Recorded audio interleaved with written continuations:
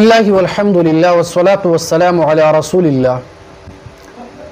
انتهائی واجب الاحترام حضرات مسلمانانو دوستانو، یقینا دا دور هغه دور ده چې امت مسلمه ډیر زیات مظلوم او دردیدلې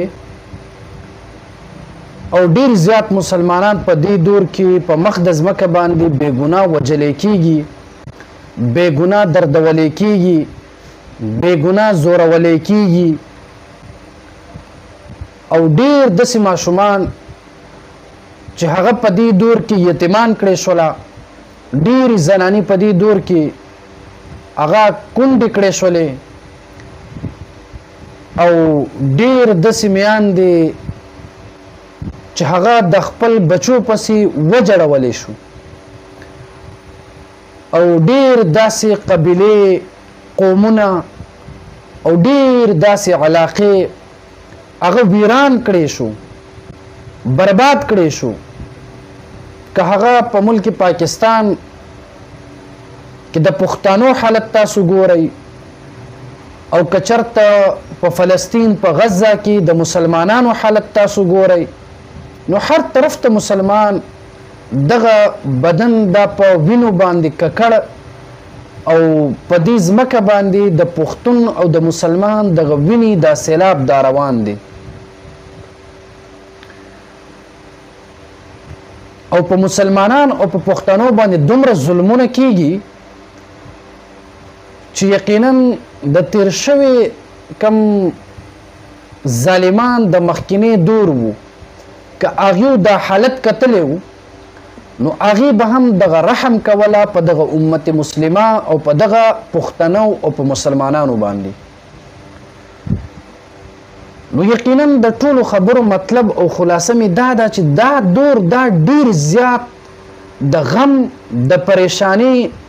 او د امت د وحدت او د یکجهتۍ او د یو قوت او د یو اواز جوړېدلو وخت دی.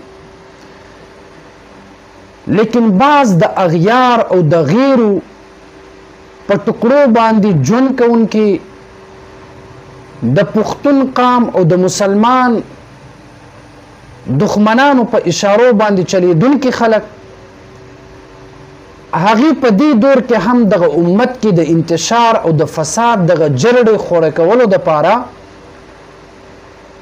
ډیر زیات کوششونه کوي چې په کومه طریقه په دې امت کې د اختلاف دغه جرړې دا د خواره کړی شي. بعضې خلک داسې دي چې هغې په سر باندې به پګړي وي، لاس کې به یې تسبیح اغوستی وي، خو بیا هم هغې زړونو کې د امت او د امت د رهنماګانو او د امت د خیرخواهانو اخلا ډېر زیات بد سوچونه او بد فکرونه وي. هغې نه څه خلک داسې ده چې هغې په خپل دغه جسم باندې مذهبي لباس اچولی ده او د دنیا او په معاشره کې ځان مذهبي توګه باندې معرفي کړې ده، لیکن چې کله اصلیت وکتلی شي هم دقه خلک د غیرو په اشارو باندې چلیدونکي خلک دي چې هغې ته عموما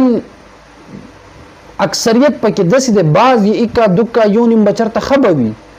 که چېرته پکې بعضې ملګري ښه وي مونږ هغې باندې رد نه کوو،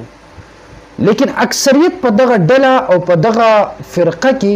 هغه ټول د غیرو په اشارو باندې چلیدونکي خلک دي چې هغه ډله په دې دنیا کې هغه مشهور ده په پنجپیریت او په مماتیت په دې نوم باندې. کنې تاسو وګورئ په دې دور کې دیو هغه اشخاصو باندې لاسونه اچوي،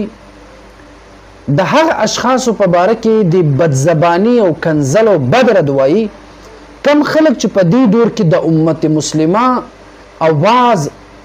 او یو د امت مسلمه دپاره یو قوت او یو طاقت جوړ شوی دی،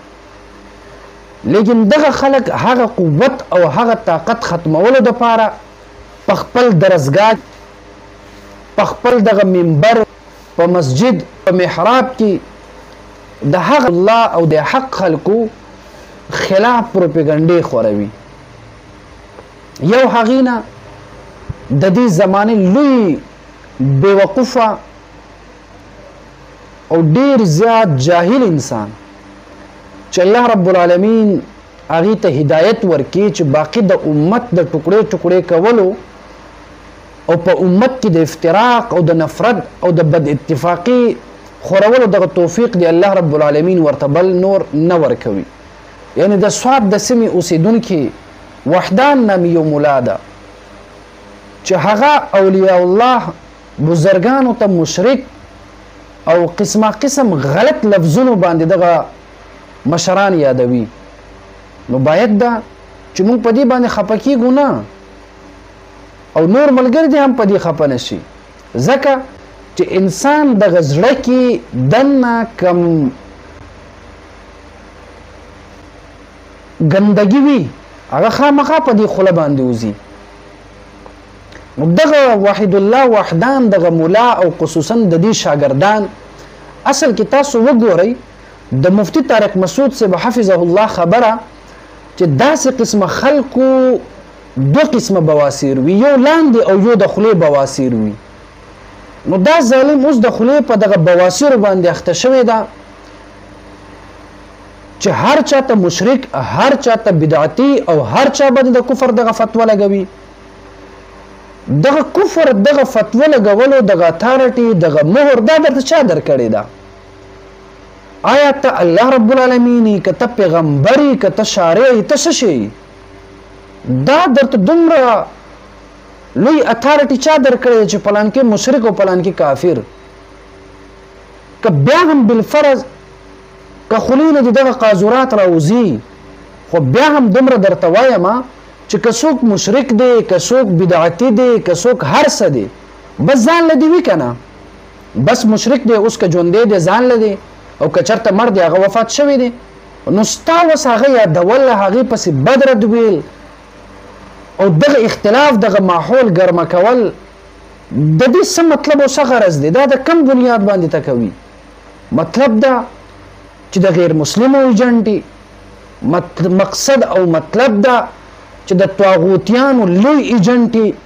مطلب دا چې د طاغوتیانو ایجنټ اسلامي لباس کې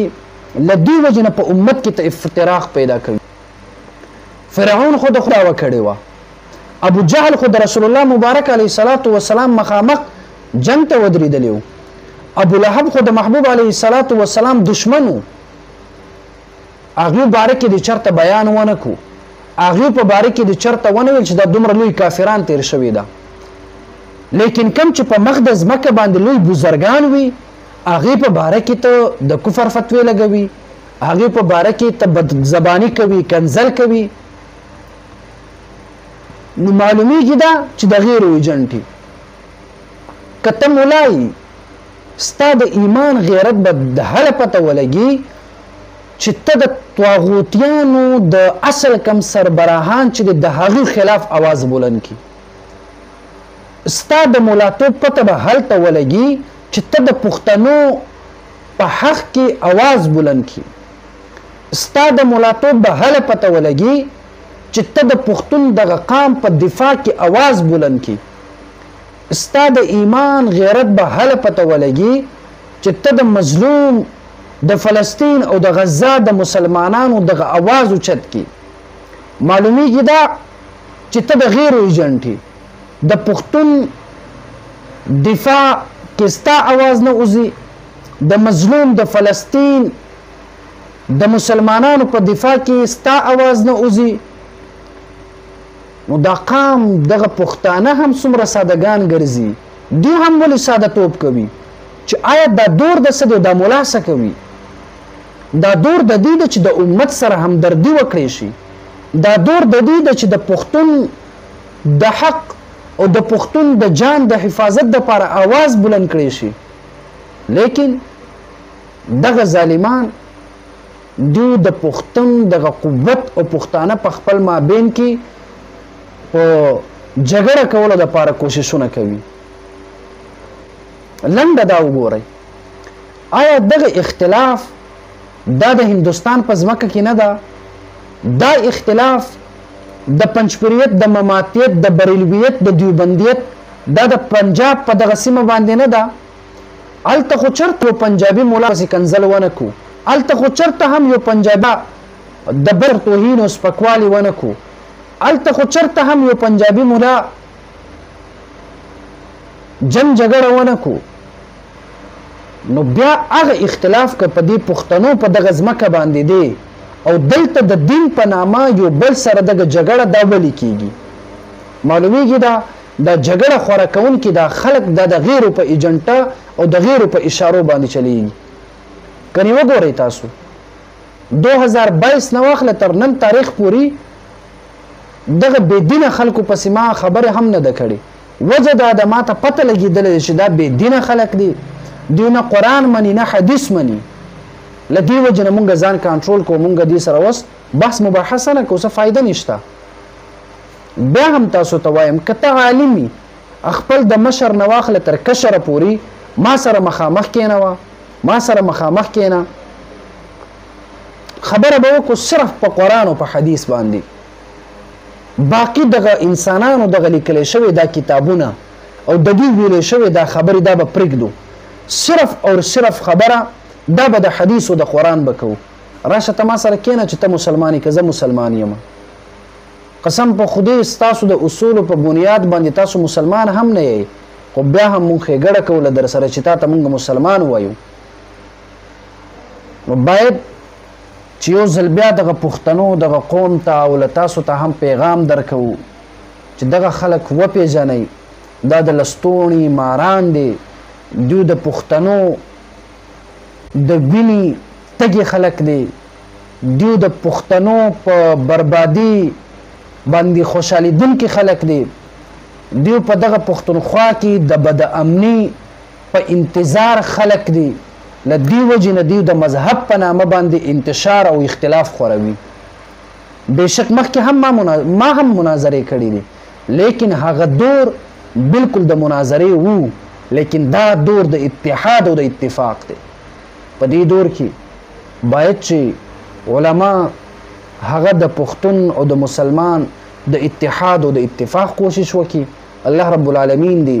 دغه شان د فتنه خورونکي خلکو نه د ټولو مسلمانانو حفاظت وکړي. الله رب العالمین دی دغه خلکو ته هدایت نصیب کړي. اللهم صل على روح محمد في الأرواح، اللهم صل على جسد محمد في الأجساد، اللهم صل على قبر محمد في القبور.